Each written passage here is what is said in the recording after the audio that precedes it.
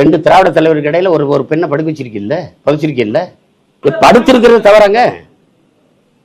படுத்திருக்கிறாருன்னு அப்ப நீங்க படுத்தீங்கன்னா அப்படி சொல்லணும். அவர் சாஞ்சு இருக்கிறார், அப்படியே சாஷ்டாங்கமா விழுந்து இருக்கிறார் அப்படி சொல்லுவாங்க. படுத்திருக்கிறத படுத்திருக்குன்னு தாங்க சொல்லணும். கடற்கரையில 8 ஏக்கர் எடுத்து புதைச்சது உனக்கு வழியை தரல. ஒரு கடற்கரை தமிழின மக்களின் பொது சொத்து புதவழி ஆக்குறது உனக்கு கோவம் வரல. என்ன விமர்சனம்? ஒரு மனுஷி படுத்திருக்காருன்னு படுத்திருக்குன்னு சொல்ல முடியும் தம்பி. இதுல என்ன விமர்சனம்? உனக்கு என்ன பிரச்சனை? சரி, இனிமே நானா படுத்திருக்கல, அப்படியே சாஸ்தாங்கமா விழுந்து கிடக்குறாங்கன்னு வேணா சொல்றேன். ஆட்சியாளர்கள் வந்து செய்யற தவறை சுட்டி காட்டக்கூடாதுன்னு இல்லையா? அந்த இழிவு என்ன? அந்த இழிவு என்ன சொல்லுங்க.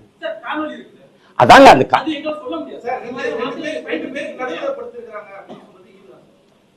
ஆமா, நீங்க திராவிடம் பேசுனீங்க, பார்ப்பனருக்கு எதிரான திராவிடம். நீங்க ரெண்டு திராவிட தலைவருக்கு இடையில ஒரு பெண்ணை படுக்க வச்சிருக்கீல்ல, பதிச்சிருக்கீல்ல.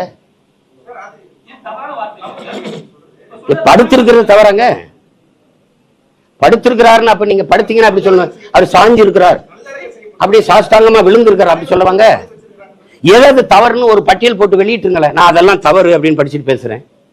படுத்திருக்கிறத படுத்திருக்குன்னு தாங்க சொல்லணும். கடற்கரையில 8 ஏக்கர் எடுத்து புதைச்சது உனக்கு வழியை தரல. ஒரு கடற்கரை தமிழின மக்களின் பொது சொத்து புதவழி ஆக்குறது உனக்கு கோவம் வரல. என்னது இது? என்ன விமர்சனம்? ஒரு மனுஷி படுத்திருக்காருன்னு படுத்திருக்குன்னு சொல்ல முடியும் தம்பி. இதுல என்ன விமர்சனம்? உனக்கு என்ன பிரச்சனை? சரி, இனிமே நானா படுத்திருக்கல, அப்படியே சாஸ்தாங்கமா விழுந்து கிடக்குறாங்கன்னு வேணா சொல்றேன். மாத்திக்கிறேன்.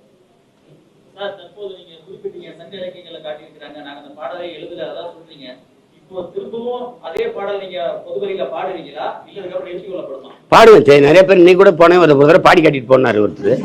பாடிட்டு தான் வந்தேன்.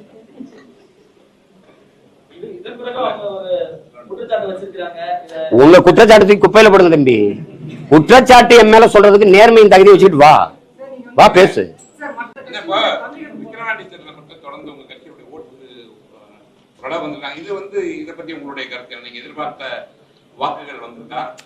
அது வந்து இடைத்தேர்தல்ல வந்து நாங்க உங்களுக்கு தெரியும், ஒரு அதிமுக அதுல என்ன நடக்கும் தெரிஞ்சுதான் அது பின்னடைஞ்சிருச்சு.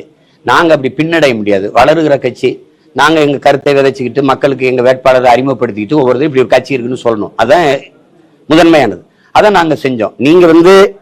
நீங்க இதை எப்படி பார்க்கணும்னா, உண்மையிலே இது தேர்தலா நடத்தப்படுதா, இதை நீங்க ரசிக்கிறீங்களா, ஏற்கிறீங்களா? ஒரு பத்திரிகையாளரா, ஒரு பொது மனிதனா, ஒரு குடிமகனா இந்த போக்கு சரியானது தானே? எல்லா அமைச்சர்களும் அங்க கூடி ஒரு தெருவுக்கு ஒரு அமைச்சர் நின்றுட்டு எல்லா சட்டமன்ற உறுப்பினர்கள் பாராளுமன்ற உறுப்பினரையும் கூட்டி வச்சுக்கிட்டு நீங்க வந்து கணக்கு இல்லாத காசு, துணிமணி, அவங்களுக்கு உணவு, அவங்களுக்கு எல்லாம் கொடுத்து ஒரு அந்த இதுலயே வச்சு மக்களை அப்புறம் நீங்க வாக்கு செலுத்தி வர்றதுல அதையும் மீறி கள்ள ஓட்டும் போடுறீங்க. இது எந்த மாதிரியான அணுகுமுறை? இது எப்படிப்பட்ட ஆட்சி முறை? இதை எப்படி நீங்க ரசிக்கிறீங்க, ஏற்கிறீங்க? இதுல என்ன நீங்க வந்து இதை தேர்தலுங்கிறீங்க? எந்த மாறுதல் இதுல வரும்? இதே அமைப்புக்குள்ளதான் நம்ம வாழ்ந்தாகணுங்கிற நிலைமைக்கு நீங்க தள்ளுறீங்க எல்லாரையும். அப்ப நீங்க இதை மாற்றுறதுக்கு என்ன வழின்னு நீங்க யோசிக்க மாட்டீங்க. புதிதா ஒரு ஆற்றல் வந்தா அதை சிதைக்கிறதுக்கு, அதை ஒழிக்கிறதுக்கு தான் நீங்க காசு கொடுக்காம இந்த பிள்ளைகள் போராடுறாங்க அப்படின்னு ஒரு குறிப்பு கூட கிடையாது. ஒண்ணு சாதிய உணர்ச்சி, மத உணர்ச்சி, இதுக்குள்ளதான் நிக்குது. அதிகபட்சமா காசு, அதான் சாதி, மதம், சாராயம், பணம், சாப்பாடு. இதுதானே இங்க நீண்ட காலமா இந்த கட்சிகளின் அரசியல் கோட்பாடா இருக்கு. இதுல என்ன மாற்றத்தை நீங்க பாத்துட்டீங்க? இப்ப இந்த வெற்றி எப்படி நீங்க கொண்டாடுவீங்க? மனச்சான்று இருந்தா எப்படி கொண்டாடுவீங்க? பாதகம் செய்பவரை கண்டால் நாம் பயங்கொள்ளலாகாது பாப்பா, மோதி மிதித்து விடு பாப்பா, அவர் முகத்தில் உமிழ்ந்து விடு பாப்பா.